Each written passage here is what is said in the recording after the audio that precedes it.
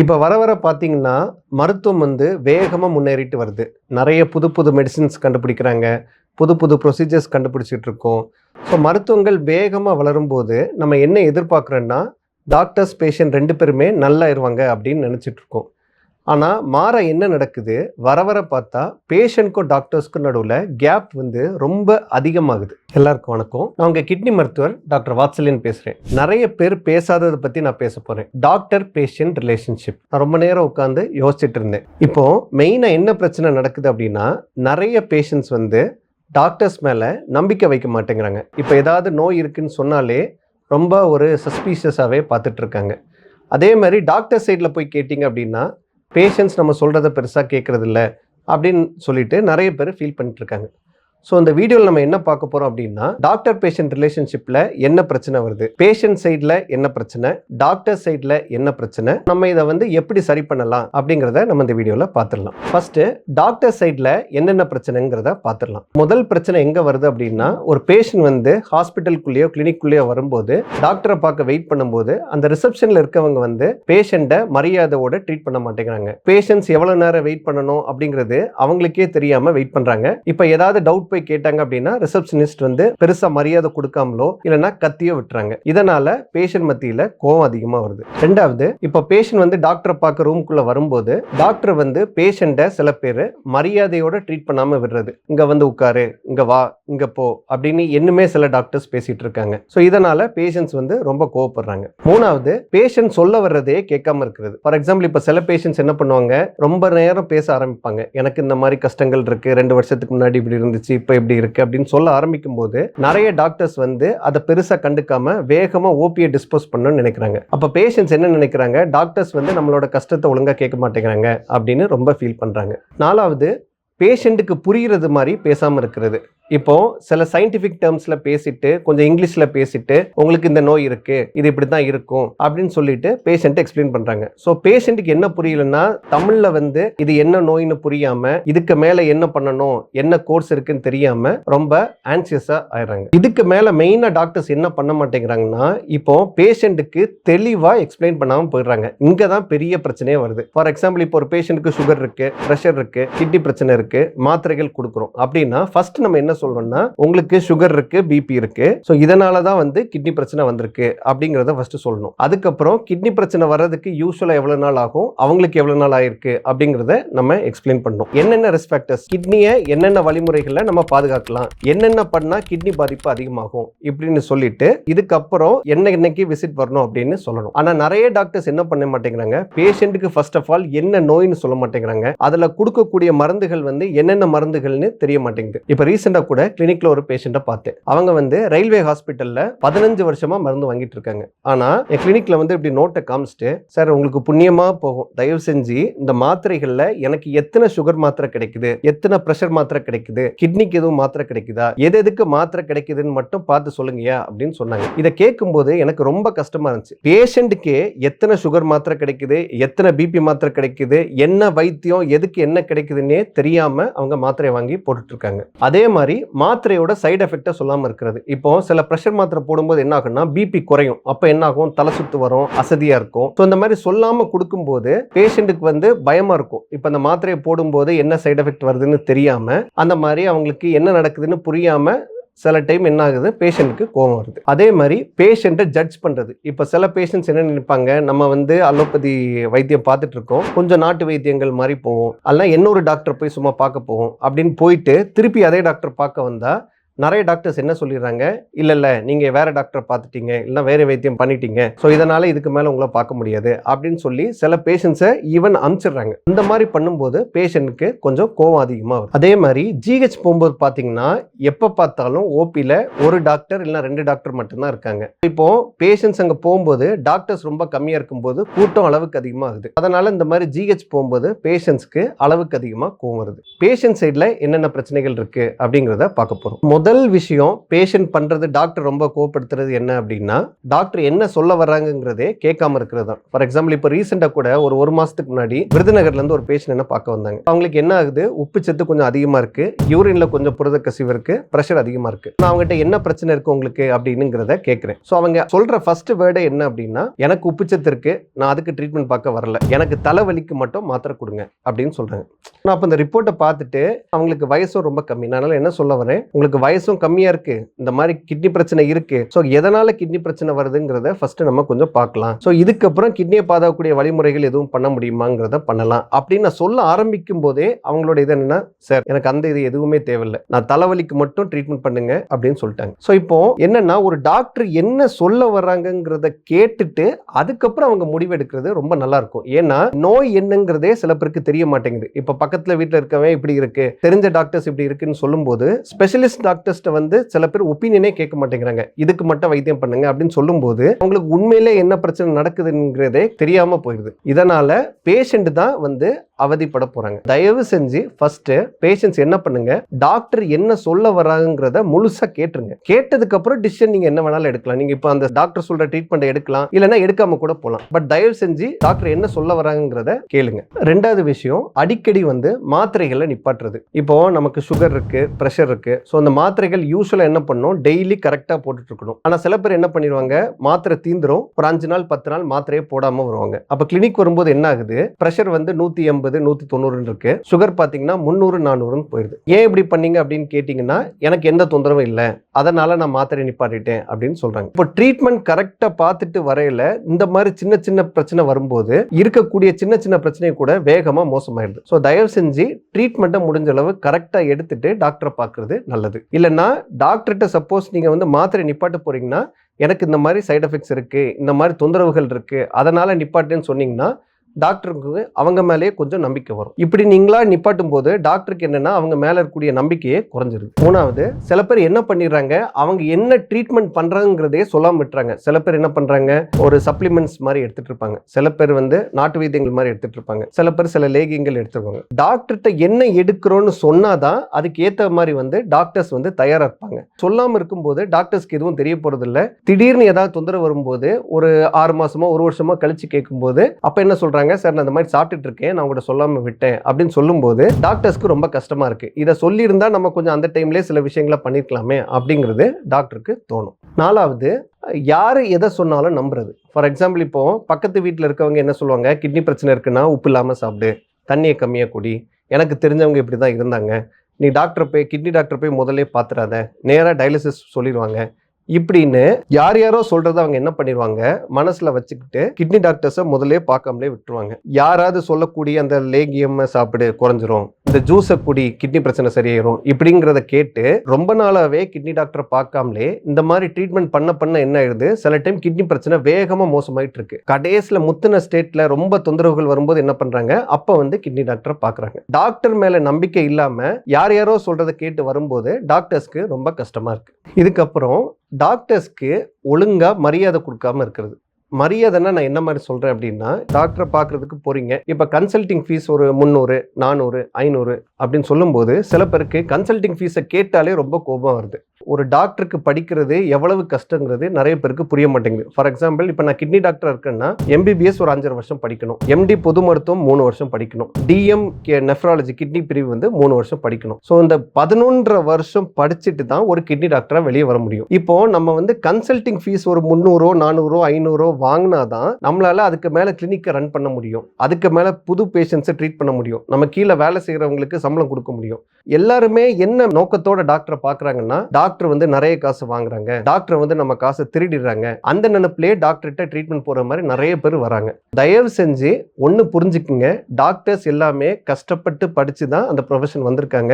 அவங்களுக்கு காசு கொடுக்கும்போது மனசெலவுல கொஞ்சம் பார்த்து கொடுங்க. ஏன்னா இப்போ பக்கத்துல இருக்கக்கூடிய கடைகள் போறாங்க, இப்ப நானே மதுரையில பாக்குறேன், பைபாஸ் ரோட்ல பாத்தீங்கன்னா ஃபுல்லா கடைகளா இருக்கும். அங்க 500 1000 இல்லைன்னா ஒரு சினிமா தியேட்டர்ல போய் 500 1000 செலவு பண்ணும்போது யாரும் எதையும் பாக்குறது இல்லை. ஆனா ஒரு டாக்டரை பார்த்துட்டு கொஞ்சம் கன்சல்டிங் ஃபீஸ் கொடுக்கும் போதே நிறைய பேர் வந்து முகத்தை சுழிச்சிட்டே கொடுக்குறீங்க. தயவு செஞ்சு அந்த மென்டாலிட்டியை மாற்றிங்க அப்படின்னா டாக்டர்ஸ் அவங்க வந்து கொஞ்சம் ட்ரீட் பண்ணும்போது கொஞ்சம் நல்ல விதமாக அவங்க ஃபீல் பண்ணுவாங்க. அதுக்கப்புறம் என்னன்னா, டாக்டர்ஸ் மேலே தேவையில்லாமல் கோப்புறது. இப்போ ஒரு மணி நேரத்துக்கு முன்னாடி நடந்த ஒரு சம்பவத்தை சொல்கிறேன். ஒரு பேஷண்ட் வராங்க, ரொம்ப கால் வீக்கம் இருக்குது, முகம் வீக்கம் இருக்குது, அவங்களுக்கு சுகர் இருக்குது. நான் இப்போ சொல்கிறேன், அந்த மாதிரி தொந்தரவுகள் இருக்குது, அட்மிட் பண்ணணும். அட்மிட் பண்ணிட்டு ஏன் இப்படி வீக் இருக்குங்கிறதுக்கு ரத்த டெஸ்ட்டும் யூரின் டெஸ்ட்டும் பண்ணணும். முடிஞ்சா இதே ஸ்கேன் ஒன்றும் பண்ணணும். ஸோ யூரின் இறங்குறதுக்கு நீர் இன்ஜெக்ஷன்ஸ் போடணும், இன்ஃபெக்ஷன் மாதிரி இருக்கு, ஆன்டிபயோட்டிக்ஸ் போடணும் அப்படின்னு சொல்கிறேன். அவங்களுக்கு வந்த நோய் வந்து டாக்டர்ஸ் உருவாக்கல. அவங்களுக்கு வந்த நோய் அந்த சுகர்னால வந்தது.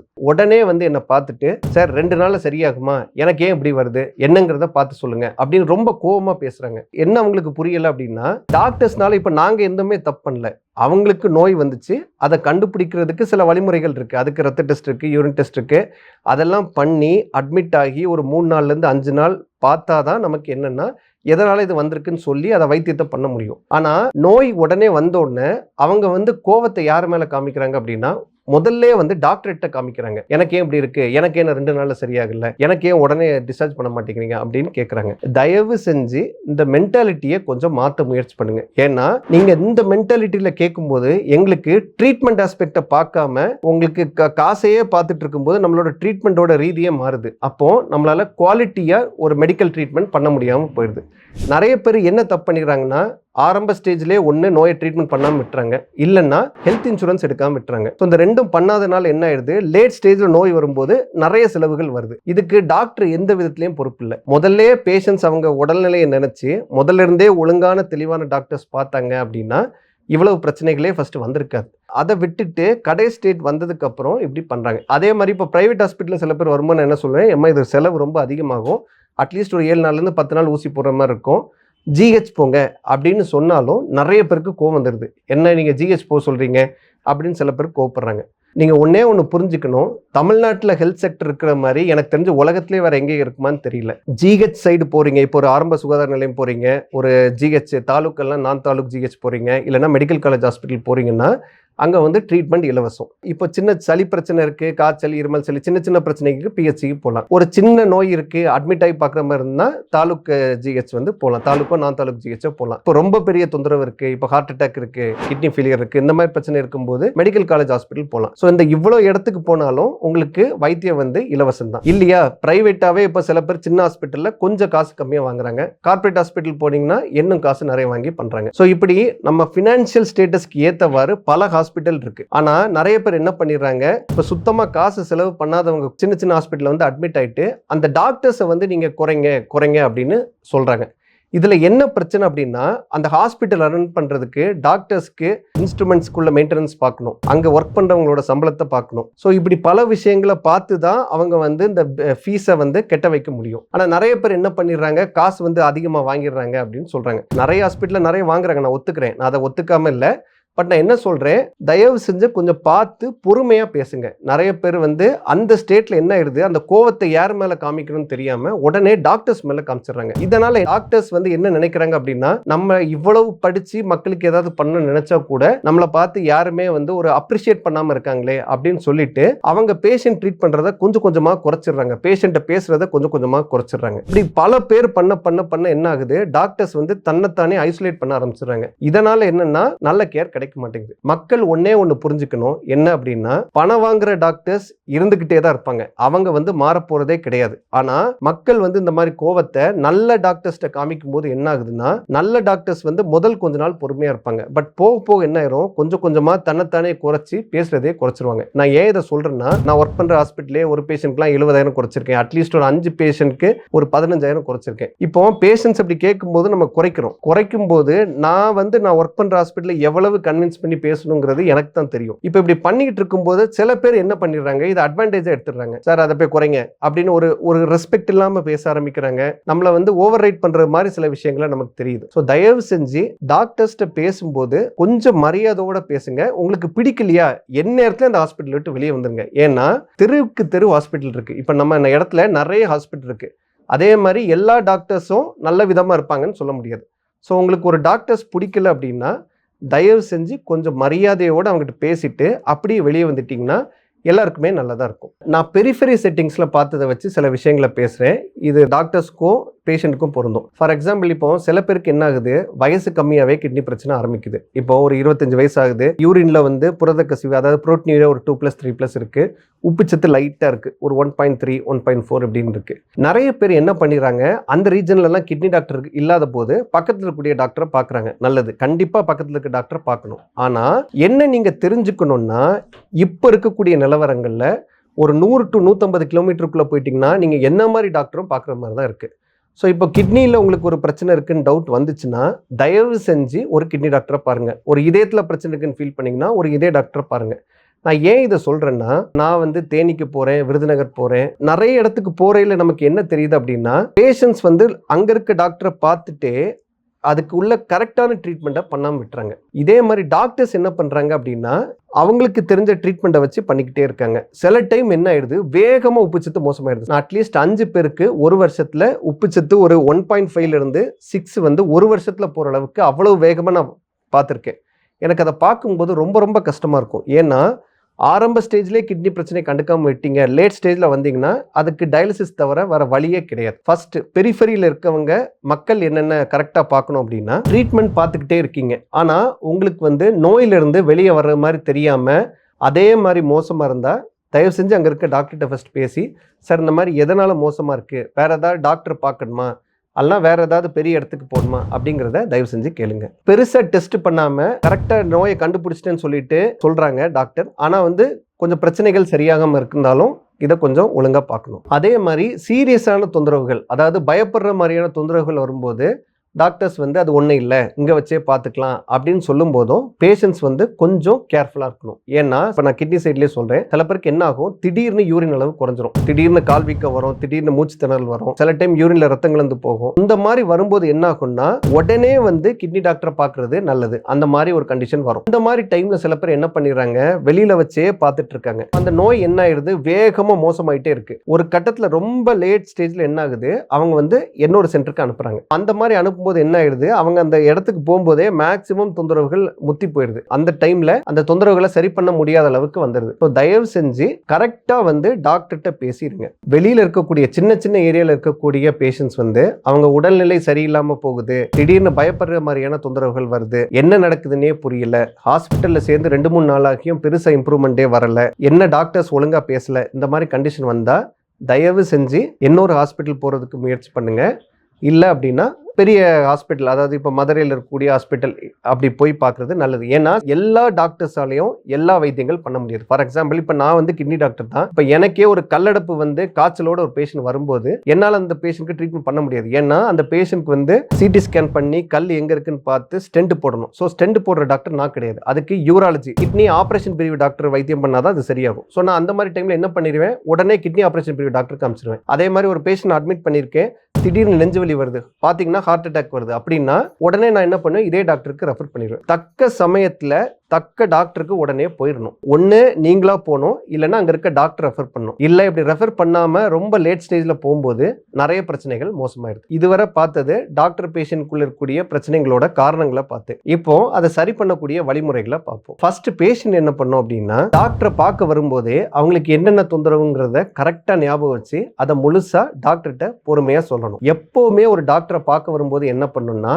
எல்லா பழைய ரிப்போர்ட்டு, எல்லா மாத்திரை அட்டைகள் எல்லாத்தையுமே எடுத்துட்டு வந்தீங்க அப்படின்னா டாக்டர்ஸ் எல்லாம் பார்த்து கரெக்டாக ட்ரீட்மெண்ட்டை சொல்ல முடியும். வெளிப்படையாக எல்லாத்தையுமே சொல்லிடணும். ஃபார் எக்ஸாம்பிள் இப்போ நீங்கள் மாத்திரையை போட்டிங்கன்னா போட்டிங்கன்னு சொல்லணும், போடலைன்னா போடலன்னு சொல்லணும், வேறு ஏதாவது வைத்தியங்கள் பண்ணிங்கன்னா அதையும் கண்டிப்பாக சொல்லணும். அதே மாதிரி இப்போ டாக்டர்ஸ் வந்து உங்களுக்கு அட்வைஸ் சொல்கிறாங்க, இந்தந்த மாத்திரைகள் போடுங்கன்னா உங்களுக்கு நிறைய மாத்திரைகள் மாதிரி ஃபீல் பண்ணால் தயவு செஞ்சு டாக்டர்ஸ்ட்டை வந்து, சார் இந்த மாதிரி மாத்திரைகள் கொஞ்சம் நிறைய இருக்குது, ஏதாவது குறைச்சிக்கலாமா, தயவு செஞ்சு குறைக்க முயற்சி பண்ணுங்க அப்படிங்கிறத வெளிப்படையாக கேட்டுருங்க. டாக்டர் எப்போ திருப்பி வர சொல்கிறாங்களோ அப்போ கரெக்டாக வந்து பார்த்துருங்க. திருப்பி கரெக்டாக டாக்டரை வந்து பார்க்கும்போது டாக்டர்ஸ்க்கே வந்து அவங்களுக்கு வந்து அப்ரிஷியேட் பண்ண மாதிரி ஃபீல் பண்ணிக்கிறாங்க. இப்போ டாக்டர் கரெக்டாக வைத்தியம் பண்ணால் அப்படி திருப்பி அதே டாக்டர் வந்து பாருங்கள். சப்போஸ் டாக்டர் வந்து ஒழுங்காக வைத்தியம் பண்ண மாதிரி தெரியலனா நீங்கள் எப்போ போல் நிறைய டாக்டர்ஸ் இருக்காங்க, வேறு ஏதாவது நல்ல டாக்டரை பார்த்து வைத்தியம் பண்ணிக்கோங்க. எப்போவுமே ஃபீட்பேக் தயவு செஞ்சு கொடுத்துருங்க. ஃபார் எக்ஸாம்பிள் இப்போ கிளினிக்கு வெளியே வெயிட் பண்ணுறீங்க, இடம் சுத்தமாக இல்லை, இல்லைன்னா அங்கே இருக்க ரிசப்ஷனிஸ்ட் வந்து ஒழுங்காக நடந்துக்கல, இல்லைன்னா டாக்டர் பேசின முறையே சரியில்லை, உங்களுக்கு என்ன கம்ப்ளைண்ட்ஸ் இருந்தாலும் பொறுமையாக அதை டாக்டர்கிட்ட சொன்னீங்கன்னா டாக்டரும் அதை தன்னை சரி பண்ணிக்கிட்டு இன்னொரு டைம் அது நடக்காத மாதிரி பார்த்துக்கோங்க. இப்போ டாக்டர்ஸ் என்னென்ன பண்ணுங்கிறத என் சைட்லேருந்து சொல்கிறேன். பேஷண்ட் வந்து என்ன நோயோடு இருக்காங்கங்கிறத முழுசாக சொல்லணும், என்னென்ன ட்ரீட்மெண்ட் எடுத்துக்கிறாங்கிறத முழுசாக சொல்லணும். ஸோ தயவு செஞ்சு தப்பாக எடுத்துக்காதுங்க. நான் அந்த அர்த்தத்தில் சொல்கிறேன். நான் வந்து ஒரு நல்ல டாக்டராக இருந்தால் இதெல்லாம் சொல்லுவாங்கங்கிறத சொல்கிறேன். ஸோ ஒரு நல்ல டாக்டரை பார்த்தீங்கன்னா என்ன டயக்னோசிஸ்ங்கிறத சொல்லிடுவாங்க, என்ன வைத்தியம் பண்ணுறோன்னு சொல்லிடுவாங்க, என்னென்ன மாத்திரைகள் எவ்வளோ நாள் எடுக்கணும்னு சொல்லிடுவாங்க, எத்தனை சுகர் மாத்திரை, எத்தனை ப்ரெஷர் மாத்திரை எல்லாமே சொல்லிடுவாங்க. அதே மாதிரி பேஷண்ட்ஸ் என்ன டவுட் கேட்டாலும் உடனே அதுக்கு பதிலும் ஒழுங்காக சொல்லிடுவாங்க. தேவையான இன்வெஸ்டிகேஷன் சொல்லி நோய்களை கரெக்டாக கண்டுபிடிப்பாங்க. தேவையில்லாத இன்வெஸ்டிகேஷனை முடிஞ்சளவு குறைப்பாங்க. அவங்களால பேஷண்ட்டை ட்ரீட் பண்ண முடியலன்னு ஃபீல் பண்ணாலோ இல்லைன்னா நோய் வந்து வேற சிஸ்டம் இன்வால்மெண்ட் வர மாதிரி இருந்தாலும் உடனே வந்து அவங்க ஈகோவை பார்க்காம உடனே வேற ஒரு டாக்டருக்கு ரெஃபர் பண்ணிடுவாங்க. ஐசியூவில் பேஷண்ட் சைடில் என்ன தப்பு பண்ணுறாங்கன்னா, பேஷண்ட் வந்து டீட்டெயில்ஸ் கேட்க மாட்டேங்கிறாங்க. ஐசியூக்குள்ளே போனாலே கண்டிப்பாக காசுகள் அதிகமாகும். ஸோ பேஷண்ட் சைடில் என்னென்ன ஃபஸ்ட் கேட்கணும் அப்படின்னா, ஐசியூவில் எவ்வளோ நாள் இருக்கிற மாதிரி வரும் அப்படிங்கிறத கட்டாயமாக கேட்கணும். ஒரு நாளைக்கு எவ்வளோ காசு வருதுங்கிறதையும் முதல்ல கேட்டுருங்க. ஏன்னா சில பேருக்கு ப்ரொலாங்டு ஐசியூ வர மாதிரி இருக்கும். அதே மாதிரி ரெக்கவர் ஆகிறதுக்கு வாய்ப்பு எத்தனை சதவீதங்கிறத தயவு செஞ்சு கேளுங்க. ஏன்னா சில பேருக்கு ரெக்கவர் ஆகிற வாய்ப்பு வந்து ரொம்ப கம்மியாக இருக்கும். ஸோ சில பேருக்கு சுத்தமாக கையில் காசு இருக்காது. நான் நிறைய பேருக்கு என்ன பார்த்துருக்கேன், பல நாட்கள் 5 நாள்லேருந்து 7 நாள் வெண்டிலேட்டர்லேயே இருந்து சுத்தமாக வெளியே வராத மாதிரி தெரியும். அந்த மாதிரி ஒரு நிலவரத்தில் நம்ம என்ன பண்ணணும்னா, முதல்ல தெளிவாக கேட்டு தெரிஞ்சுக்கணும். இப்போ ரெக்கவர் ஆகிறதுக்கு வாய்ப்பு ரொம்ப கம்மின்னு சொல்லிட்டாங்கன்னா நம்ம வீட்டுக்கு கூட்டு போகணுமா இல்லைன்னா காசு குறைக்கிற மாதிரி வேறு எதுவும் ஹாஸ்பிட்டல் போகணுமா அப்படிங்கிறத பேஷண்ட் சைடில் முடிஞ்சளவு பாருங்கள். இன்னொன்று என்ன புரிஞ்சுக்கணுன்னா, ஐசியூவில் போயிட்டாலே என்ன நேரத்தில் என்ன நடக்குங்கிறது நம்மளால் டிசைட் பண்ண முடியாது. அதே மாதிரி சப்போஸ் ஏதாவது அசம்பாவிதங்கள் நடந்துச்சுன்னா உடனே அந்த கோவத்தை வந்து ஹாஸ்பிட்டல் மேலே காமிக்காதுங்க. ஏன்னா சில இடத்துல என்னென்னா டாக்டர்ஸ் ரொம்ப கஷ்டப்பட்டு முயற்சி பண்ணி பேஷண்ட்டை வெளியே கொண்டு வர ட்ரை பண்ணிகிட்டு இருப்பாங்க. ஆனால் என்னதான் இருந்தாலும் நோய் ரொம்ப முத்தி போச்சுன்னா சில டைம் வெளியே வர மாட்டாங்க.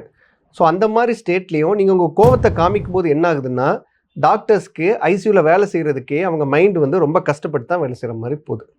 ஸோ முடிஞ்ச அளவு ஐசியூவில் இருக்கும்போது கிளியராக பிளான் பண்ணி அதுக்கு மேலே ஹாஸ்பிட்டலில் இருங்க. அதே மாதிரி டாக்டர் சைடில் என்ன பிரச்சனை அப்படின்னா, ஒழுங்காக எக்ஸ்பிளைன் பண்ணாமல் இருக்கிறது. நிறைய டாக்டர்ஸ் நானே பார்த்துருக்கேன், ஐசியூவில் இருக்கும்போது கண்டிப்பாக சரியாயிரும், 100% சரியாயிரும், வெளியே வர்றதுக்கு வாய்ப்பு ரொம்ப ரொம்ப அதிகம் இப்படின்னு சொல்லும்போது பேஷண்ட்ஸ் வந்து என்ன பண்ணிடுறாங்க, அவங்க மைண்டை வந்து நல்ல ஸ்ட்ராங்காக பில்ட் பண்ணிடுறாங்க. திடீர்னு ஏதாவது டக்குன்னு மோசமான உடனே வந்து எனக்கு டாக்டர் சொல்லலை, எனக்கு வந்து இப்படி நடக்கும்னு சொல்லலை அப்படிங்கிறத சொல்கிறாங்க. ஸோ நிறைய இடத்துல என்ன ஆயிடுது, டாக்டர்ஸ் வந்து பாசிட்டிவ் சைடை சொல்கிறாங்க, நெகட்டிவ் சைடை சொல்ல மாட்டேங்கிறாங்க. முடிஞ்ச அளவு நெகட்டிவ் சைடு என்னங்கிறத எல்லா பேஷண்ட்ஸும் தயவு செஞ்சு கேளுங்க. ஏன்னா எல்லாமே பாசிட்டிவ் சைடில் இருக்காது, நெகட்டிவ் சைடில் வர்றதுக்கும் வாய்ப்பு இருக்குது. அது எத்தனை சதவீதங்கிறத தயவு செஞ்சு கேட்டுங்க. ஸோ பேஷண்ட்ஸும் டாக்டர்ஸும் இந்த மாதிரி ஒருங்கிணைஞ்சு வந்து நல்லபடியாக ஒரு கான்டாக்டில் இருந்தோம் அப்படின்னா நிறைய அசம்பாவிதங்களை குறைச்சிட்டு நம்ம நல்லபடியாக இருக்கலாம். அதனால் ஒரு நல்ல டாக்டரை பார்த்த பேஷண்ட் என்ன ஃபீல் பண்ணுவாங்கன்னா, ஆக்சுவலாக அந்த கிளினிக் போயிட்டு வெளியே வந்தோடனே தே வில் ஃபீல் ஹாப்பி. நிறைய பேர் வந்து சந்தோஷமாக இருப்பாங்க, அவங்க மனசில் இருக்கக்கூடிய பாரமே குறைஞ்சது மாதிரி ஃபீல் பண்ணுவாங்க. ஸோ ஒரு பேஷண்ட் வந்து ஒரு டாக்டரை பார்த்துட்டு அந்த மாதிரி ஒரு சினாரியோவில் வெளியே வரலை அப்படின்னா, ஒன்று அவங்கள பார்த்த டாக்டர்ஸ் ஒழுங்காக பேசலைன்னு அர்த்தம். அப்படி ஃபீல் பண்ணிங்கன்னா தயவு செஞ்சு இன்னொரு டாக்டரை பார்க்க முயற்சி பண்ணுங்கள். இதே மாதிரி மேலும் மேலும் கிட்னியை பற்றி தெரிஞ்சுக்கொள்ள ஆதிரன் ஸ்பெஷாலிட்டி கிளினிக் சேனலை லைக் பண்ணுங்கள், ஷேர் பண்ணுங்கள், சப்ஸ்கிரைப் பண்ணுங்கள். நன்றி, வணக்கம்.